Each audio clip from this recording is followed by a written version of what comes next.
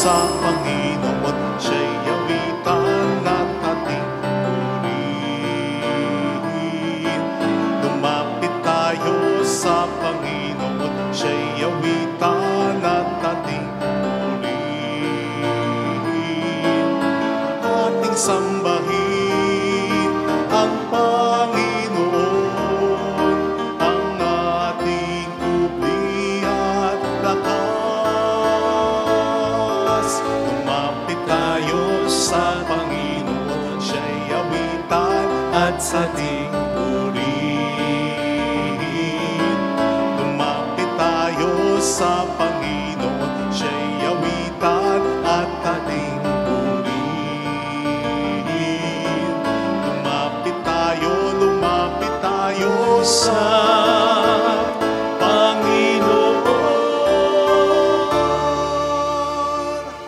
In the name of the Father, and of the Son, and of the Holy Spirit. Amen. Amen.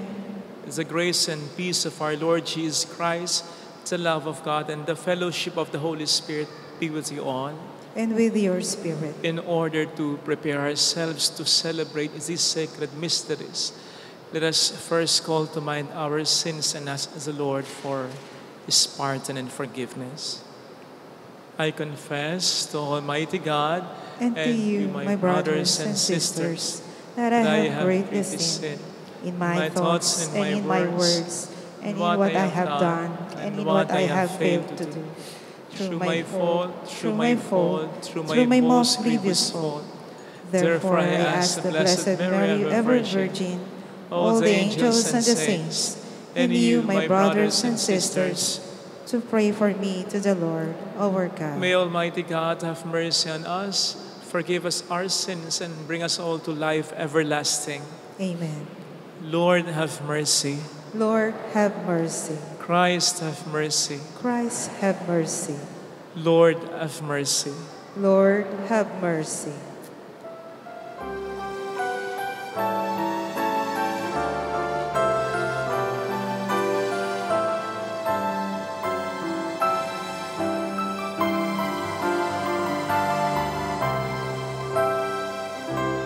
Luwalhati sa Diyos sa kaitaasan,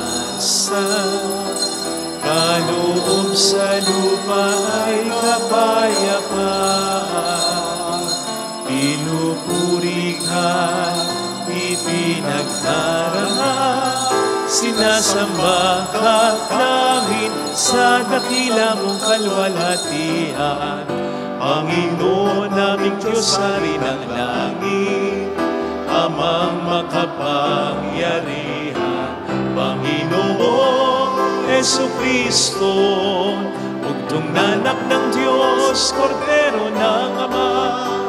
Ikaw na nag-alis sa mga kasalanan ng sanlibutan. Tanggapin mo ang aming kahilingan, ikaw na naluluklok sa kanan ng Ama.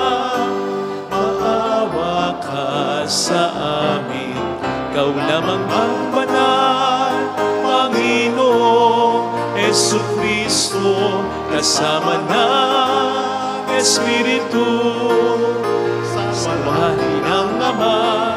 Amen, amen, amen.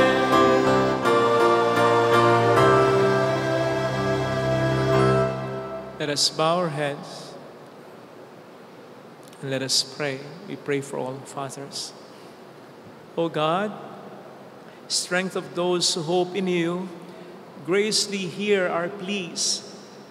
And since without you mortal frailty can do nothing, grant us always the help of your grace, that in following your commands, we may please you by our resolve and our deeds.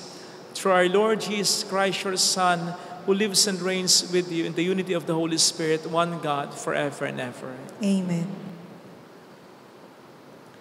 On the first reading, the prophet Ezekiel compares the restoration of the exiled Israelites to the growth of a tender shoot into a mighty cedar.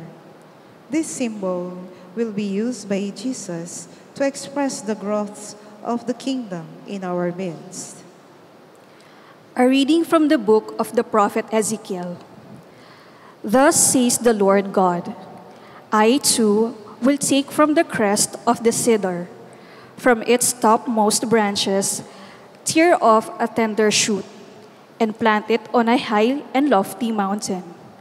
On the mountain heights of Israel, I will plant it. It shall put forth branches and bear fruit and become a majestic cedar. Birds of every kind shall dwell beneath it, every winged thing in the shade of its boughs. And all the trees of the field shall know that I, the Lord, bring low the high tree, lift high the lowly tree, wither up the green tree, and make the withered tree bloom. As I, the Lord, have spoken, so will I do. The word of the Lord. Thanks be to God. Lord, it is good to give thanks to you. Lord, it is good to give thanks to you. It is good to give thanks to the Lord, to sing praise to your name most high, to proclaim your kindness at dawn and your faithfulness throughout the night. Lord, it is good to give thanks to you. The just one shall flourish like the palm tree, like a cedar of Lebanon shall he grow.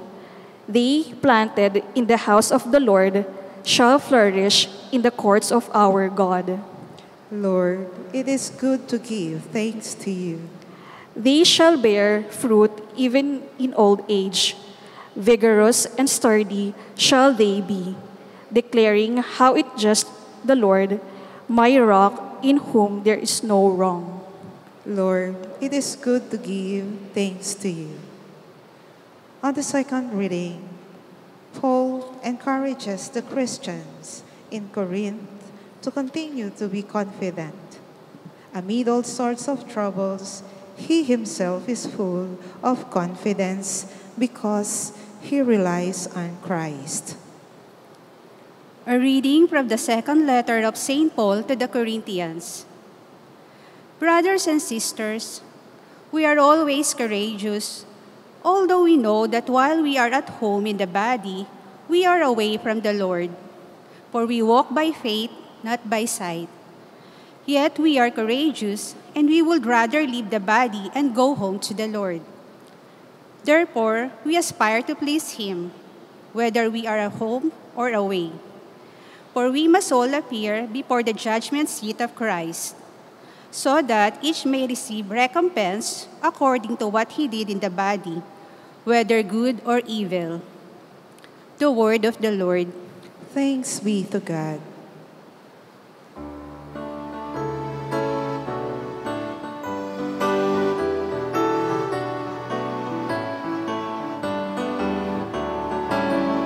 Alleluia, alleluia.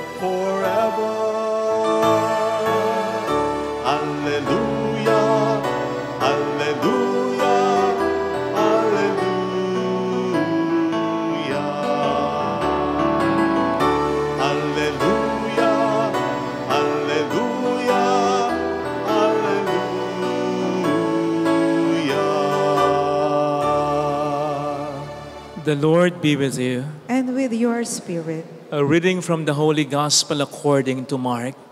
Glory to you, O Lord.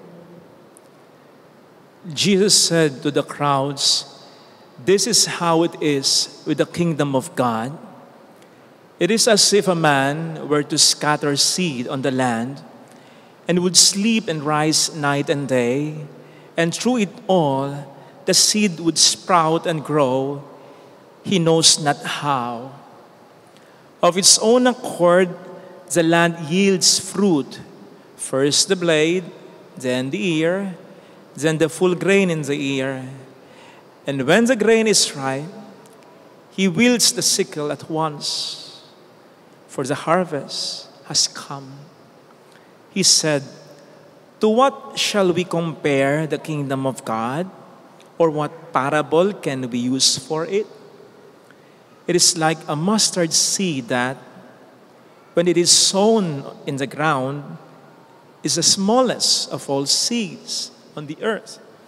But once it is sown, it springs up and becomes the largest of plants and puts forth large branches so that the birds of the sky can dwell in its shade." With many such parables, he spoke the word to them as they were able to understand it. Without parables, he did not speak to them, but to his own disciples, he explained everything in private. Sisters and brothers, the Gospel of the Lord. Praise to you, Lord Jesus Christ. Welcome po sa Our Lady of Lasalet, Quasay Parish, kasama ng mga kasama natin na nagsisimba ngayon through social media. Sa Our Lady of Lasalet, Quasay Parish, kung saan ayos lang na umiyak at samahan ka ng mahal na ina sa pag-iyak at sa pagdarasal upang maging maayos ang lahat. Amen? Kamakailan ay nalaman, narinig, nabasa, sigurado ng marami sa inyo yung sinabi ng Santo Papa tungkol sa humilya ng mga pari. Ang sabi niya, priests should keep their homily short because people fall asleep. Kailangan daw may kilang ang humilya ng mga pari kasi nakakatulog ang mga tao. Not more than 8 minuto. Nakautuan-tuwa ang mga kantulog. Bakit kantulog? Yung pag magsesermon na ako, kakanto na. Sa silya o kaya sa pader. Minsan sa blinds pa para matulog. Kantulog. Pero aaminin ko, honestly, tinamahan din ako dito sapagkat obviously, ang aking homily ay more than 8 minutes lagi. But it hit me in such a way as, parang sinasabi sa akin ng words ni Pope Francis, Father Fidel, you should not be overdoing things. Because obviously, you cannot do all things. Baka kaya sumusobra ka lagi ng 8 minutes. Ay sapagkat, sinasabi mo, ginagawa mo, ang lahat na hindi naman dapat. Because you should leave room. In fact, greater room for God. Baka naman sa sobrang kasigasigan mo, Father Fidel, ang nasasabi mo na ay ang salita mo na hindi na salita ng Diyos. Yung punto mo at hindi na ang punto ng Diyos. Ang naibibigay mo na sa tao, hindi na ang Diyos kundi ang sarili mo. It hit me that way. Kasi kung minsan, mahaba nga naman yung homily ko. Nagiging dahilan para marami kong masabing punto. Minsan nabilaukan na kayo, minsan hindi mo na alam ang punto, o minsan minamadali na natin yung misa sapagkat may susunod pang misa. Yung ibang parts ng Mass ay kasing halaga ng homilya. In fact, yung ibang parts ng Mass, mas nag-ooperate doon ang Diyos at hindi si Father Fidel. So, in that way, it hit me. Subukan natin ha, 8 minutes. Ilang minutes na ba ako? Sinabi ko ito as an intro. Sabi nung kantulog, intro lang pala. Lang yung paring ito pinasa ko. Kasi, parang ganito ang nakikita ko sa ating ebanghelyo. Na sa pagpapalaganap ng paghahari ng Diyos sa mundong ito, kaunti lang talaga ang role nating mga tao. Sa ating gospel reading, tagahasik lang tayo, tagatanim lang tayo. Siyempre, alagaan din natin ito. Pero yung bulk ng trabaho, wala sa atin, kundi nasa Diyos. Pag sinabi, by the way, na pag-ahari ng Diyos, where there is peace, where there is love, where there is forgiveness, na para bang ang langit ay nararamdaman natin, yung mga magagandang hangarin natin, yan, values of the kingdom. Yung bulk ng trabaho ay wala sa atin, kundi nasa sa Diyos. We just have to cooperate with Him. And so, that should remove a lot of burdens, stress from us.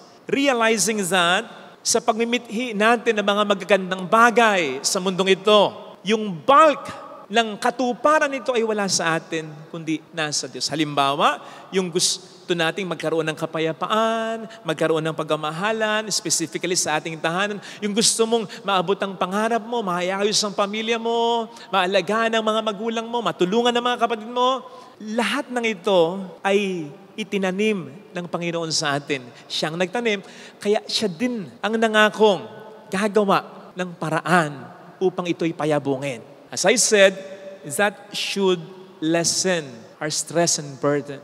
Noong mga unang buwan daw ng pagiging Santo Papa ni Pope John the 23rd, ay nakaranas ito ng maraming mga mabigat na problema sa simbahan. As a result, nagkaroon ng insomnia, di makatulog dahil sa labis na pag-aalala. Hanggang sa mangusap daw sa kanya ang Diyos sa pamamagitan ng panaginip.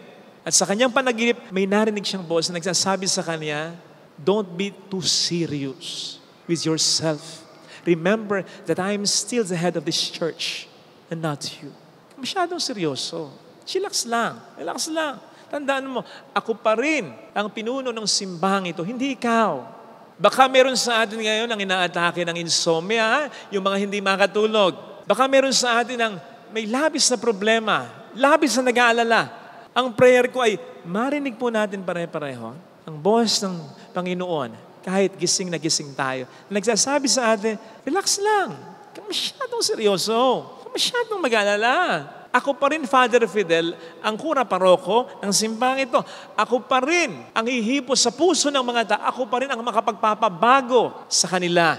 Ako pa rin ang magpapatayo ng mga kapilya. Katulad ng sinasabi sa iyo ngayon, ako pa rin ang bumuo ng pamilya mo. Ako pa rin ang nagpagtagpo sa inyong mag-asawa. Ako pa rin ang nagbigay ng anak mo, ng magulang mo, ng kapatid mo. Ako pa rin ang boss mo. Ako at hindi ikaw. Kaya relax lang. Ako, higit sa iyo, ang mas mag-iisip at gagawa ng paraan. At narinig natin sa ating unang pagbasa kung anong klaseng Diyos ang nagsasabi sa atin, relax lang. Ito'y ang Diyos na nagsabing, ang punong kahoy na mababa, kaya kong pataasin. Ang mataas, kaya kong bababain. Ang punong kahoy na basa, kaya kong tuyuin. At ang tuyo, kaya kong basain. In other words, sinasabi ng Diyos, walang imposible sa akin. O hindi ba't yun ang sabi ni Angel Gabriel kay Mama Mary? For nothing is impossible for God. And that God is the one who is in charge of my life and your life. Hindi ikaw. Ang Diyos na lumikha ng sandaigdigin sa pamamagitan ng salita lang, mula pa sa kawalan. Ang Diyos na kahit ang kanyang pangalan ay kinatatakutan ng mga persa ng kadiliman. Ang Diyos na may kontrol kahit sa kalikasan. Ang Diyos na sagad sa kabutihan at ang Diyos na nagmamahal sa iyo ng lubusan. Siya ang in charge sa buhay mo at hindi ikaw. Kaya pagtiwalaan mo, pag sinabi niya, relax ka lang. Ang diferensya sa atin, masyado tayo naghahanap ng resulta. Na okay lang naman. Kaya lang ang diferensya, yung mga small developments sa buhay natin, hindi natin nira-round off bilang resulta. We are always after for significant results, not small developments. Gusto natin yung buto, may bunga agad. Nakakalimutan natin na hindi lahat ay pupwede at dapat na madaliin. There are moments of waiting, moments when we should do nothing. Pero hindi dahil wala tayong ginagawa, kasi may nagawa na tayo. We should do nothing as we wait for God, do His thing. Because while we wait, God works. Hindi tumitigil ang Diyos. Hindi ko alam kung familiar kayo. Kasi ako, na-fascinate ako dati, National Geographic ba yun or Discovery Channel, kung paano parang may sophisticated camera na pinapakita talaga kung paano ang buto ay unti-unting nagkaka-sprout, parang tenga, hanggang sa maging halaman o puno na. Kung paano ang uod ay unti-unting nagiging butterfly. Kung paano ang katawan ng tao ay unti-unting nabubuo. It will amaze you, I tell you. Kasi doon mo makikita yung proseso na hindi natin nakikita. Nakala natin, hindi mahalaga. Pero kung titingnan natin doon sa sophisticated camera ngayon, maganda eh. Importante, mahalaga. Kailangan talaga. Kung may papakita lamang atin ng Panginoon, yung mga maaaring maliliit na bagay, pero mahalagang bagay, magagandang bagay pa rin, na nangyayari sa buhay natin habang tayo'y naghihintay. Hindi tayo maiinip. Hindi tayo magko-question sa ating paghihintay. Dahil makikita natin, may nangyayari sa ating buhay. Pero hindi kasi papakita ng Panginoon sa atin dahil ang hinihingi niya sa atin ay ang pananampalataya natin.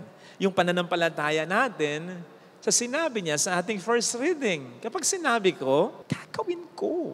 Ako ang nagsabi eh. Ako ang nagsabi sa iyo na I have my plans for you. Plans not to hurt you, but to prosper you. Ako ang siyang nagsabi sa iyo na may maganda akong plano para sa iyo. Ako rin ang nagbigay ng plano mo na ayusin ng pamilya mo, papagbaguhin ng asawa mo, pagtiyagaan ng magulang mo, sustentuhan ng kapatid mo. Ako ang nagtanim sa puso at isip mo nito. At nangako ako ang magpapabunga nito. Ito sana mga kapatid, ang ating ipagdasal sa ating banal na misa. Shout out sa mga ama na talagang nagpapakaama. Yung ginagawa ang lahat para sa mga anak nila. Sana huwag kang mapagod. Sana huwag kang ma-disappoint. May mga problema mang nangyayari. Basta ang lagi mong isipin, ang Diyos ang siyang nagtanim ng maganda mong hangarin para sa pamilya mo. Gawin mo lang lagi ang tama, makakakita ka ng magandang resulta. Amen. Lagay natin ang ating kanang kamay sa tapat ng ating puso. Awitin natin. Alam kong may magagawa ang Diyos.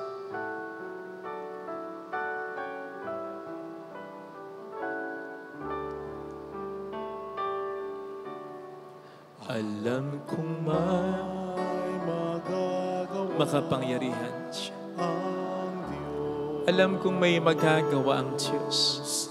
Alam kong may magagawa Walang imposible sa Kanya. ang Diyos. Kung ako'y magtatapat, Kung ako'y magtatapat sa Kanya'y maglilingkod, sa Kanya'y maglilingkod, alam kong may magagawa ang Diyos. may magagawa ang Diyos. Alam kong diringgin ng Diyos ang sama, Diringgin ang sapagkat mahal niya ako. ang samo ko. Alam kong diringgin ng Diyos ang sama, Diringgin ang Diyos ang samo ko.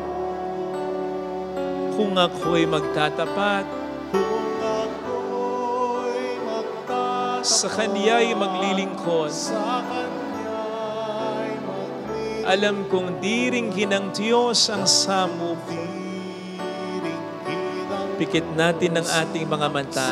Panginoon, tulungan mo ko na huwag ma-disappoint sa mga nangyayaring hindi maganda sa buhay ko, na hindi kasama sa plano ko. Hindi ko dapat makalimutan na kung may plano ko, may plano ka rin. At mas maganda yung plano mo. At sinabi mo na kahit yung mga pangit na mangyayari, pwedeng may magandang idudot sa akin. Romans 8:28. Tulungan mo kung huwag mag-alala, huwag matakot. Tulungan mo kung huwag mapako sa lungkot. Tulungan mo kung maniwala na you are in control. Ikaw ang Diyos ng kalikasan, ng aming kapalaran, ng aming kinabukasan. Kaya hindi mo kami pababaya. Hallelujah! Purihin ang Diyos. Hallelujah! Pasalamatan siya. Siya ay muling babalik sa atin. Hindi kanya iiwan, hindi kanya pababayaan. Paniwalaan mo yan. Hallelujah! Purihin ang Diyos. Hallelujah! Sa takdang panahon ay babalik ang Panginoon upang tayo ay kunin. Tapat siya sa kaniyang mga pangako sa atin. Sabihin mo sa sarili mo, mayroong magandang mangyayari sa iyo. Higit pa sa inaasahan mo dahil mahal ka ng Diyos. Yan ang pakakatandaan mo. Because along the way, makaka-experience ka ng mga bagay na hindi mo gusto, hindi mo pinlano. Kapit ka lang sa Diyos. Doon ka lang lagi sa tama. Magdasal, magsimba, manampalataya. Manatiling mabuting magulang, mabuting anak, mabuting kapatid. May mangyayaring mabuti sa taong nagpapakabuti at naghahangad ng mabuti. Glory to the Father, and to the Son, and to the Holy Spirit. As it was in the beginning, is now, and ever shall be, world without end. Amen. I believe in God, the Father Almighty, Creator of heaven and earth, and in Jesus Christ, His only Son, our Lord, who was conceived by the Holy Spirit, born of the Virgin Mary, suffered under Pontius Pilate, was crucified, died, and was buried. He descended into hell. On the third day, He rose again from the dead. He ascended into heaven, and is seated at the right hand of God, the Father Almighty. From there, He will come to judge the living and the dead. I believe in the Holy Spirit, the Holy Catholic Church, the communion of saints, the forgiveness of sins, the resurrection of the body, and life everlasting. Amen.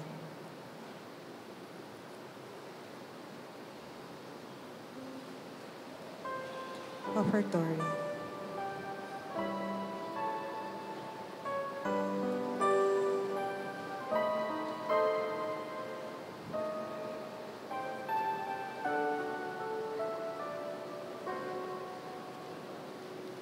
Tinapay na nagulang sa hinimay na mga trigo, sa lupa'y inihasing, magiging katawan ni Kristo, anak mong ginigiling. Pagkain, buhay ang atin, at alak na nagmula sa pinatas na mga hubas, na pinitas ng kamay, magiging dugong tunay ni Kristo sa krus na bayubay. Inumin, dulot tayo kaligtasan. Paspasan mo amang banal, narito't aming taglay, ang tinapay at alak, hinaninan, pagpapagal. Pagpalain pati kami, bayan mong nagdarasal, sumamin nawa si Kristo, Panginoon, nagmamahal. Habang inaalala, inakon niyang sarili, pagdalay.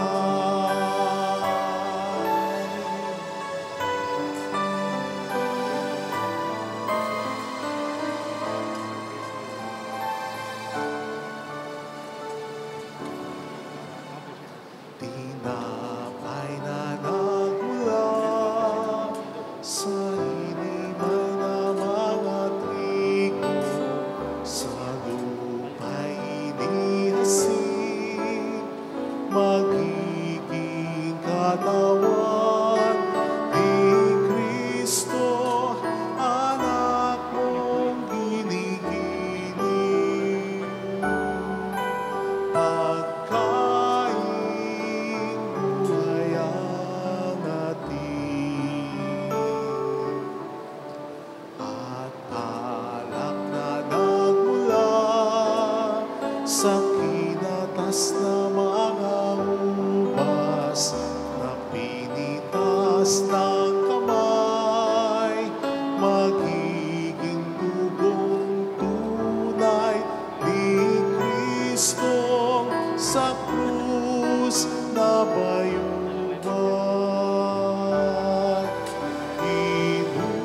Inumin, dulot ta'y kaligtasan. Paspasan mo amang banal, narito't aming kaglay, ang tinapay at alak, hinaninang pagpapagal.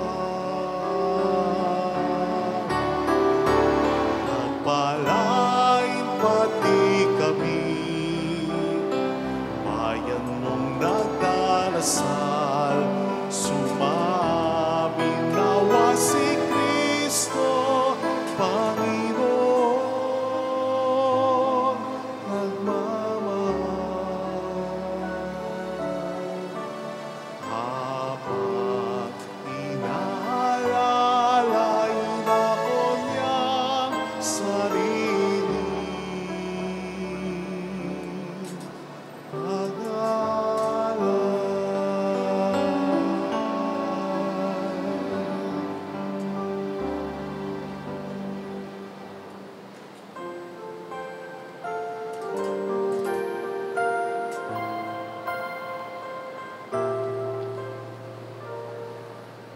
narito ang aming alay, ang alak at tinapay, sagisag at bunga ng aming pagpapagal, handog ng bayan mong mahal.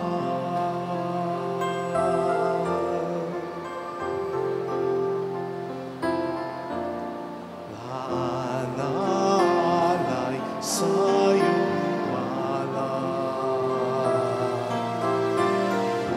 buhay namin pagsisikap, wag nawang hadlangan ang aming kakulangan, handog namin sa'yo lamang.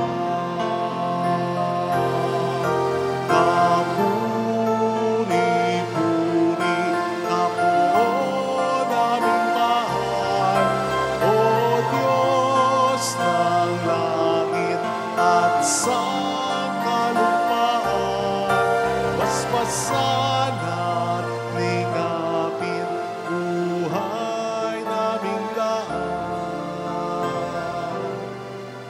Tinig namin ay pakinggan. Pray, my sisters and brothers, that our sacrifice may become acceptable to God, the loving Father.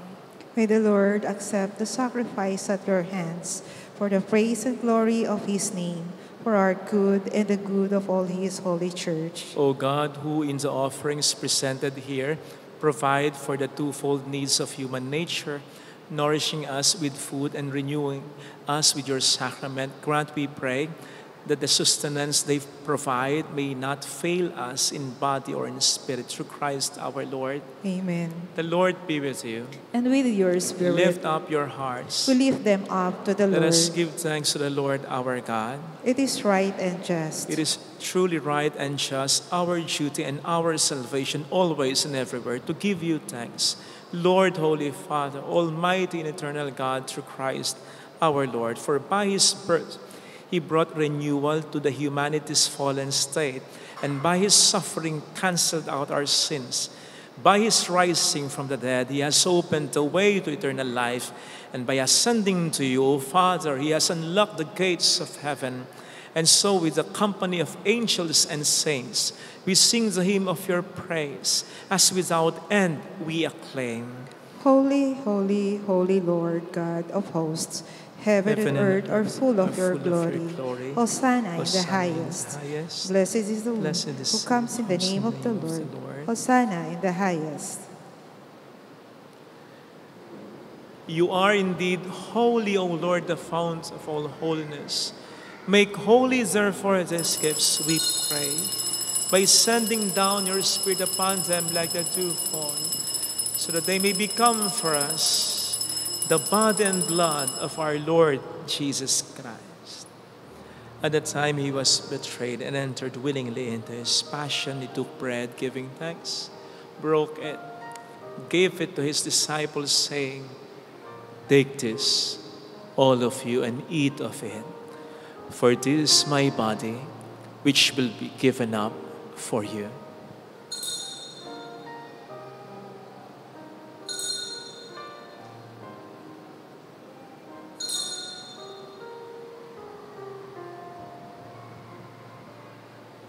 In a similar way, when supper was ended, he took the chalice and once more giving thanks, gave it to his disciples, saying, "Take this, all of you, and drink from it.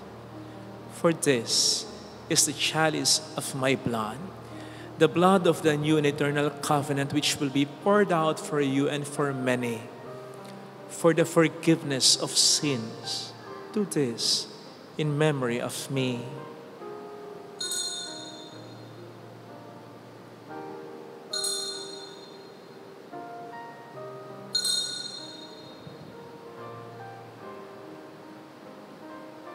Let us proclaim the mystery of our faith. When we eat this bread and drink this cup, we proclaim your death, O Lord, until you come again. Therefore, as we celebrate the memorial of his death and resurrection, we offer you, Lord, the bread of life and the chalice of salvation, giving thanks that you have held us worthy to be in your presence and minister to you. Humbly we pray that partaking of the body and blood of Jesus, we may be gathered into one by the Holy Spirit. Remember, Lord, your church spread throughout the world and bring her to the fullness of charity, together with Francis, our Pope, Dennis, our Bishop, and all the clergy. Remember also our brothers and sisters who have fallen asleep in the hope of the resurrection, especially those for whom we will now pray. Let us silently pray for our departed loved ones.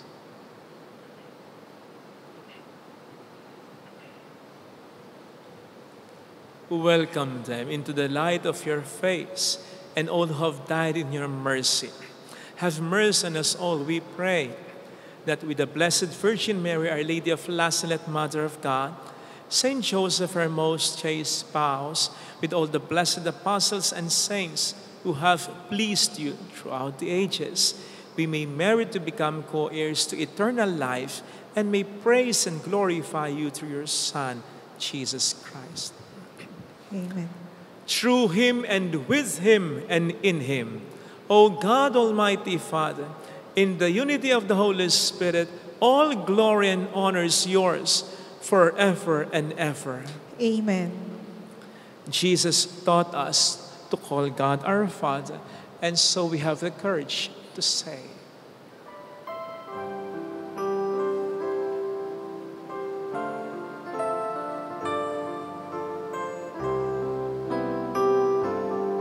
Ama namin, sumasalangit ka, sambahin ang ngalan mo,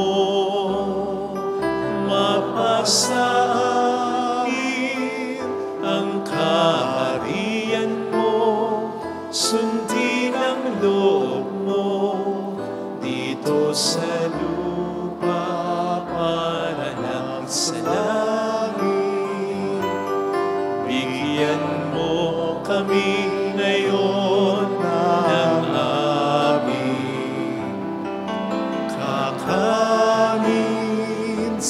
araw-araw at patawarin mo kami sa aming mga sala. Pagpapatawad namin sa nagkakasala sa amin, at huwag mo kami ipahintulo sa tukso, at ihadya mo kami sa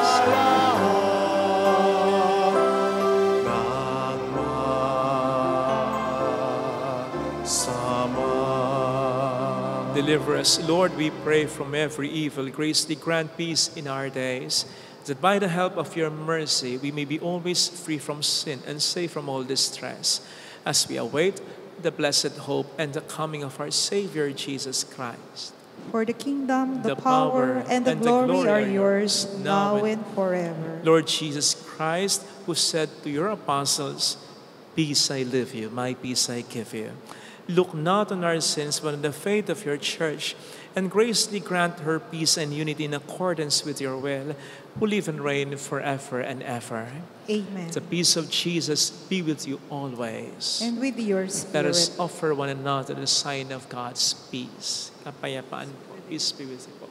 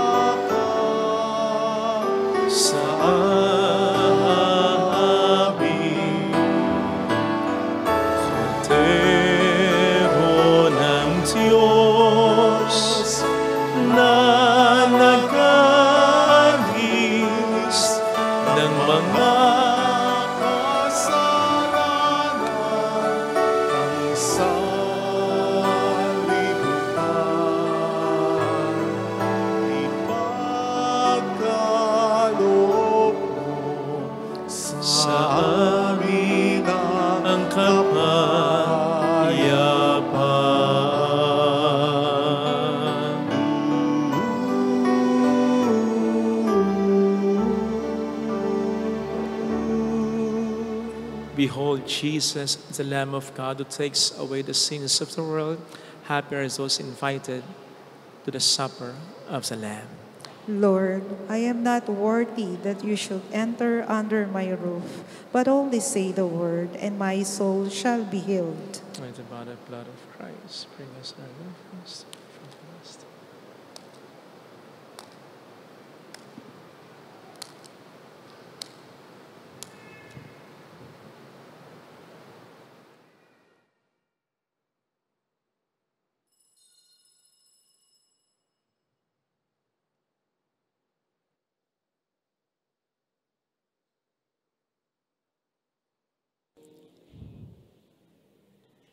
An act of spiritual communion.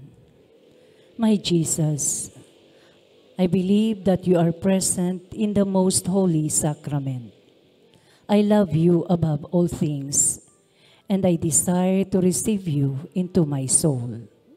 Since I cannot at this moment receive you sacramentally, come at least spiritually into my heart.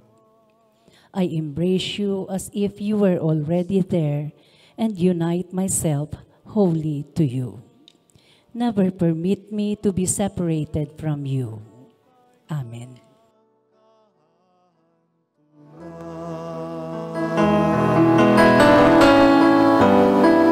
Ngunit salamat tayo'y natagpuan, binigyan niya ng kalayaan.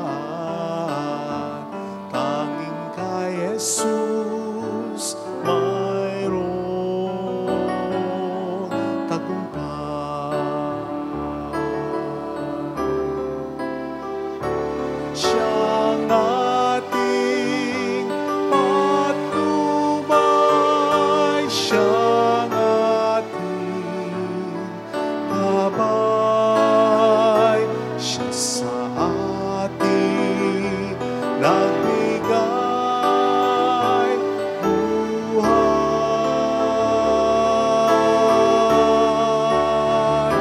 Si Jesus ang katotohanan, si Jesus ang daan, siyang ating Panginoon magpakailan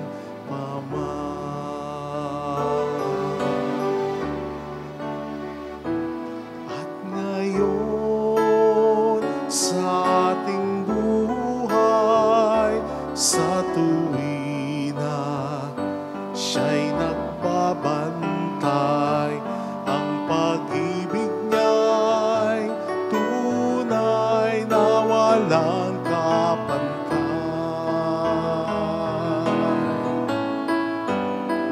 Hinding-hindi na tayo mangangamba, si Jesus laging kasama. Siya ay atin at tayo'y sa Kanya.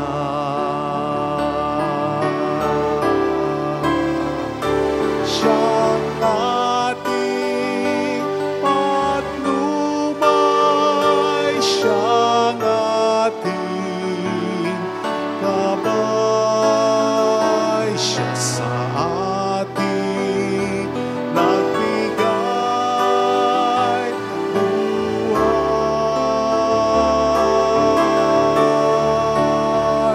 Si Jesus ang katotohanan, si Jesus ang daan,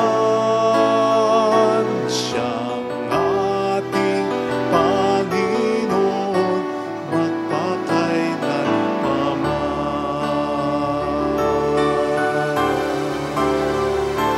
Siyang ating patnubay,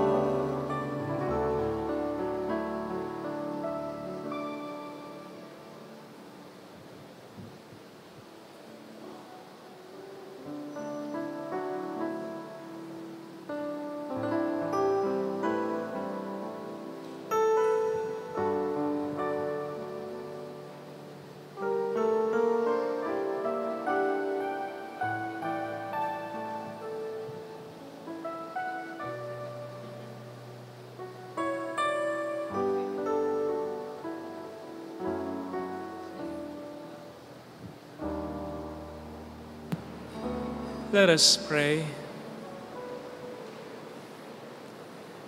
As this reception of your Holy Communion, O Lord, foreshadows the union of the faithful in you, so may it bring about unity in your church through Christ our Lord. Amen. Holy God, Holy Mighty One, Holy Immortal One. Have mercy on us and the whole world. Holy God, Holy Mighty One, Holy Immortal One. Have mercy on us and the whole world. Holy God, Holy Mighty One, Holy Immortal One. Have mercy on us and the whole world. Jesus, King of Mercy. We trust in you. Alalahanin, o mahal na Birhen ng Lasalet, ina ng pag-asa. Ikaw ang nagpapaalala sa aming magbalik loob sa Ama. Ito ang nagpapatunay na ang kagandahang loob mo'y nananatiling busila. Sa pag-aaruga mo sa amin, tungkulin mo'y tinupad. Sa paanan ni Kristo'y itinuring mo kaming mga tunay mong anak. Kaya ninais mong ni Isay huwag mapahamak. Maging sa iyong walang tigil na pananalangin, pati luhay pumatak. Huwag namang mawala ng saysay ang iyong paghihirap. Hiling nawa namin sa iyo o aming inang liyag, na matapos ang pakikibaka namin sa mundong ito at sa pananatili naming tapat kay Kristo. Sa kapurihan mo'y makibahagi kaming ganap, upang kung nasaan ka ngayon, ay maparoon din kaming lahat, at ang kaganapan ng kalwalatian ng Diyos sa may tuluyang matulupad.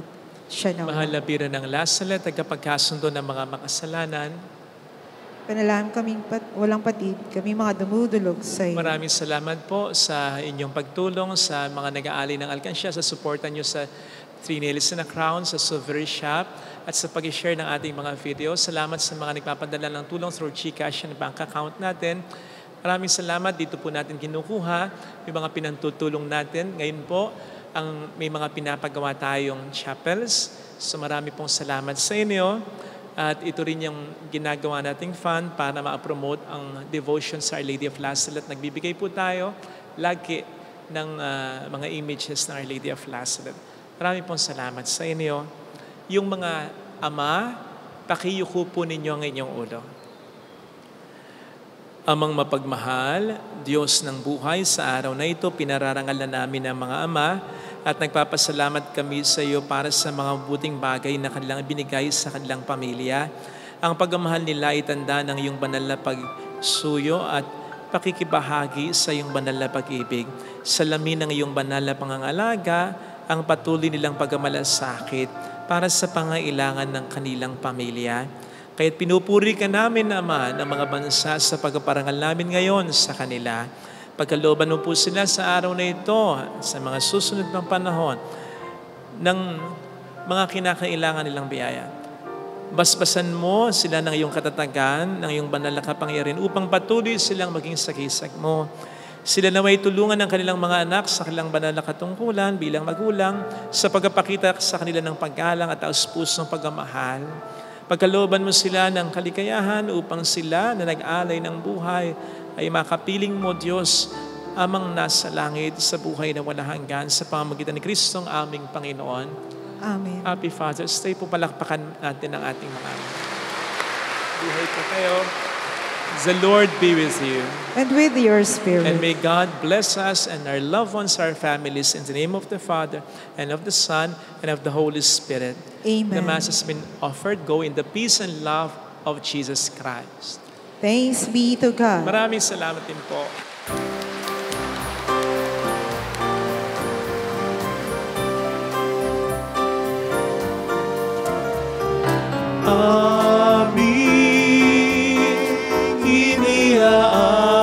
Iniaalay ang pag-ibig na walang kapantay.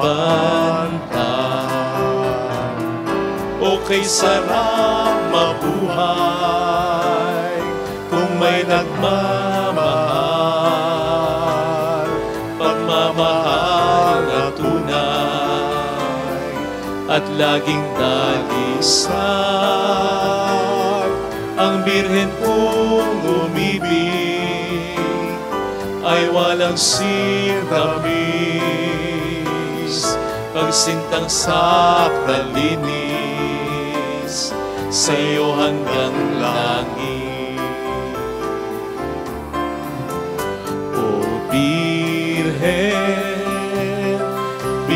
aming mahal. Sa awit at sa dasal, aming iniaalay ang pag-ibig na walang kapantay.